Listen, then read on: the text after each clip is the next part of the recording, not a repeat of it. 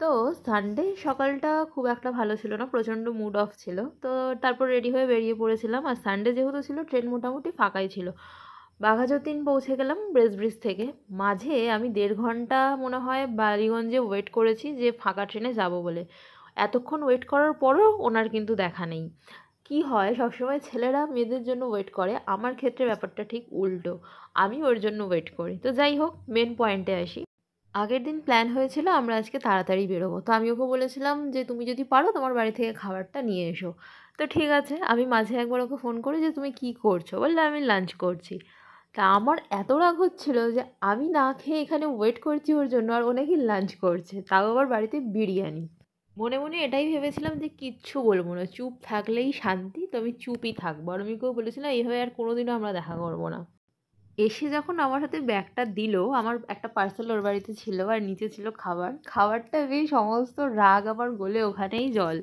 আর ও এখানে আমার আর আমার মায়ের মধ্যে যাতে ঝগড়া হয় সেজন্য ইচ্ছা করে জিজ্ঞাসা করছে কে ভালো রান্না করে, তোমার মা না আমার মা। অবভিয়াসলি শাশুড়ি মা বিরিয়ানিটা খুব ভালো করে।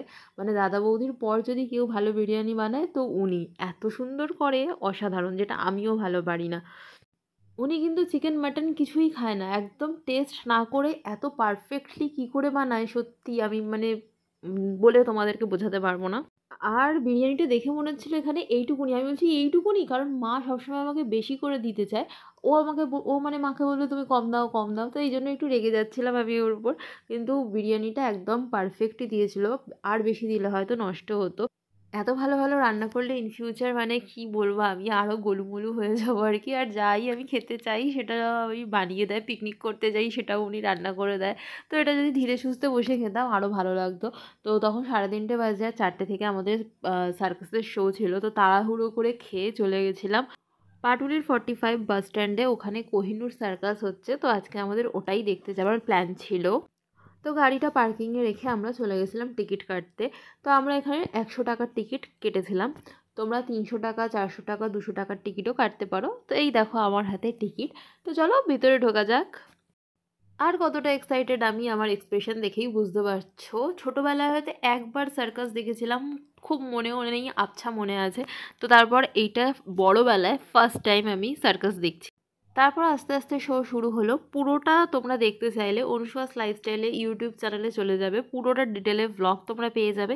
আমি এখানে জাস্ট কিছু ক্লিপিং শেয়ার করছি। এগুলো তো ঠিক আছে, বাট কিছু কিছু পারফরমেন্স দেখে মানে খুব ভয় লাগছিল যে কতটা রিস্ক নিয়ে এরা করছে।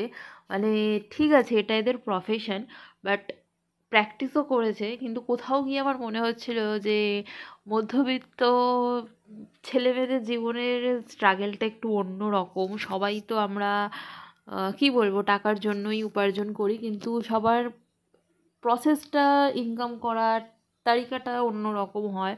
তো জানি না আমি ঠিক বললাম কি না ভুল বললাম, বাট সামনে থেকে লাইভ দেখে কিছু কিছু জায়গায় খুব খারাপ লাগছিল।